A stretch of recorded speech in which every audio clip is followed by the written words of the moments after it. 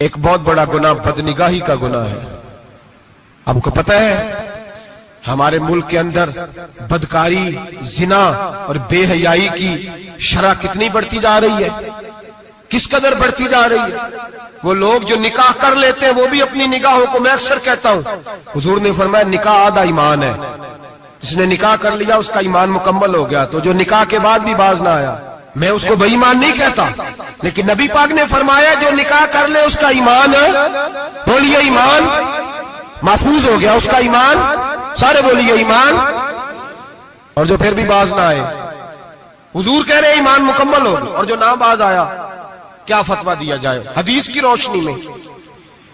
میرے نبی پاک کی بارگاہ میں عورتیں آئیں توبہ کرنے، بیعت کرنے، مسلمان ہونے.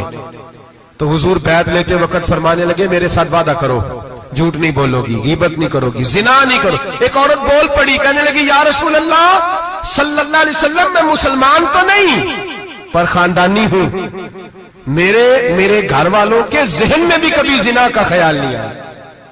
ہم تو اسے خاندانوں کے وقار کے خلاف سمجھتے ہیں. روز بری نظر سے کسی کو دیکھنا اور کسی کے بارے میں غلط باتیں، ناراض نہ ہونا. بہت سارے بوڑھے بھی لذت لے لے کے جرم بیان کرتے ہیں، گناہ بیان کرتے ہیں، غلط باتیں کرتے ہیں، کسی عورت کے بارے میں تبصرہ کرتے ہیں. کیا سمجھتے ہیں مرد اور عورت معاذ اللہ تعالیٰ ایک کمرے میں جا کے بدکاری کرے تو وہی زنا ہے؟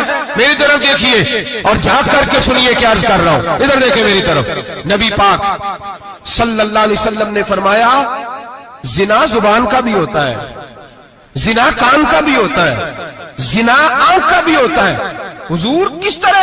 فرمایا جس نے گند دیکھا اس نے آنکھ کا زنا کیا، جس نے لذت لے کے سنا چپ نہیں کرایا، پوری بات سنی، وہ بھی زانی ہے.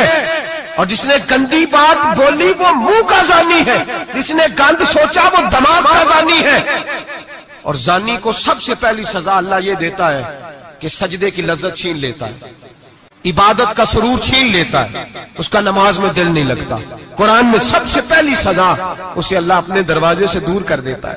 بھائیو آج ہمارے سجدے بے کیف ہیں، آج لوگ غلط جگہ پہ گھنٹوں بیٹھے رہتے ہیں. مسجدوں میں لوگوں کے دلوں کو گھبراہٹ ہوتی ہے، لوگ بھاگتے ہیں.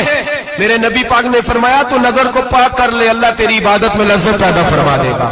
میرے بھائی یاد رکھ لیں اور سن لیں، سب سے کمزور آدمی وہ ہے جس کا ذہن پاک نہیں. سب سے کمزور آدمی وہ ہے جو کردار کا غلط ہے. ایک بات میں نے پڑھی، اب یقین کریں میرا دل کرے کہ میں آگ لگا دوں اس عنوان کو جس پہ گندگی لکھی جاتی ہے، ان اخباروں کو، ان چیزوں کو جس پہ گند لوگوں کے دلوں میں. وہ انڈیا کی ایک وزیر اعظم عورت گزری تو کسی نے اس سے کہا کہ پاکستان نے تو تمہیں شکست دی ہے، تم جیت نہیں سکے بڑا ملک ہو کے. کہنے لگی کوئی بات نہیں، تھوڑا وقت ٹھہر جاؤ، ہم ان پر تہذیبی یلغار کریں گے، ان کے گھروں میں ننگا ناچ کریں گے، یہ گندی تصویریں دیکھیں گے، یہ گند میں الجھ جائیں گے. اور جو قوم گند میں الجھ جایا کرتی ہے وہ پھر کسی سے لڑنے کی طاقت نہیں رکھتی، اس کے اندر ڈٹ جانے کی ہمت نہیں ہوتی، اس کی غیرت کے جنازے نکل جاتے.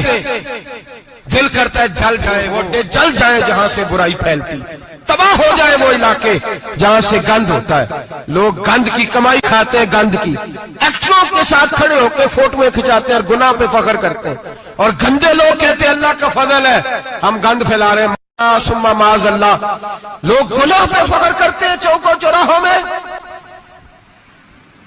محمد بن قاسم آئے ہندوستان پہ راجہ دہر کے مقابلے میں، نوجوان میری طرف دیکھیں اور صحیح ہو کے بیٹھے، خاصے صحیح ہو کے بیٹھے، تقریر نہیں کر رہا، جذبات کا، میرے جذبات سنیں، دل کے پھپولے جل رہے ہیں سینے کے داغ سے.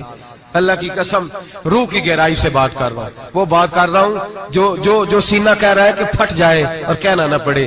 قرآن و حدیث پڑھتے ہیں اور پھر اپنا حال دیکھتے ہیں تو لگتا یہ ہے کہ عذاب قریب آ گیا ہے، لگتا ہے زمین پھٹنے والی ہے، آسمان گرنے والا، لگتا ہے قریب آ گیا سارا کچھ.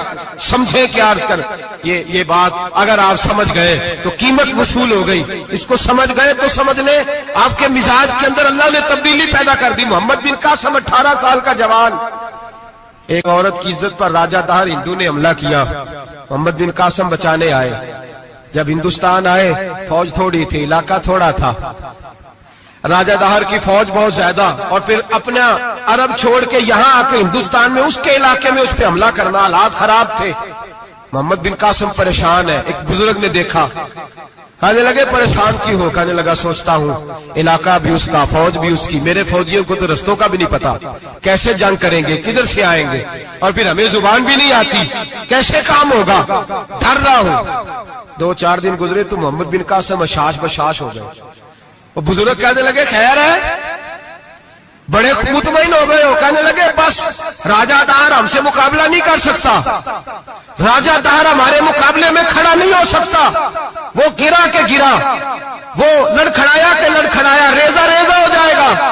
کہا آپ کو کیسے خوشخبری مل گئی؟ کہنے لگے مجھے پتا چلا ہے کہ راجہ دہر ذہن کا گندا ہے، وہ تو چچا کی بیٹی کو نہیں چھوڑتا، ماموں کی بیٹی کو نہیں چھوڑتا، خالہ کی بیٹی کو گندی نظر سے دیکھتا ہے۔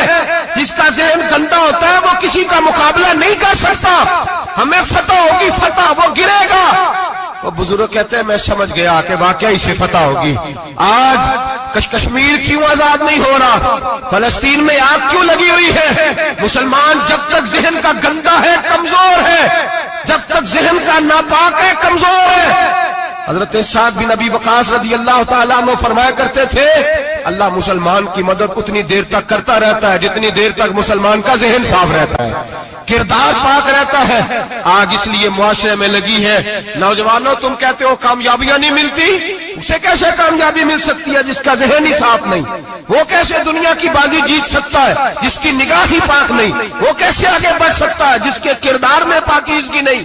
اپنے آپ کو پاک کر لو، اللہ ہر مشکل میں تمہاری مدد فرمائے گا، ہر رستے میں تمہاری مدد فرمائے گا۔ اور میں نے کہا جب آدمی ناپاک ہوتا ہے تو رب کریم اس سے عبادت کی لذت چھین لیتا ہے، اور اللہ کی سب سے بڑی سزا یہ ہے کہ کسی کو سجدہ نہ لمبا کرنا دے۔ رب کریم سب سے زیادہ اس سے ناراض ہے جس کو قرآن پاک کے کھولنے کی توفیق نہ ہو۔ سب سے زیادہ رب کریم اس شخص سے ناراض ہے جو اللہ کی بارگاہ میں جھکنے کی لذت چھوڑ جائے۔ میرے نبی پاک سید عالم علیہ السلام کے صحابہ لمبی عبادتیں کرتے تھے، لمبی۔ کسی نے کہا تھا روم کے بادشاہ تھے کہ یہ مسلمان فاتح کیوں ہو جاتے ہیں؟ تو اس نے کہا میں نے مولا علی کے زمانے میں جاسوسی کرائی تھی، پتا کیا تھا کہ ہر میدان میں کامیاب کیوں ہوتے ہیں۔ تو کہتے میں نے دیکھا یہ دن کے مجاہد ہوتے ہیں پر رات کے عابد ہوتے ہیں۔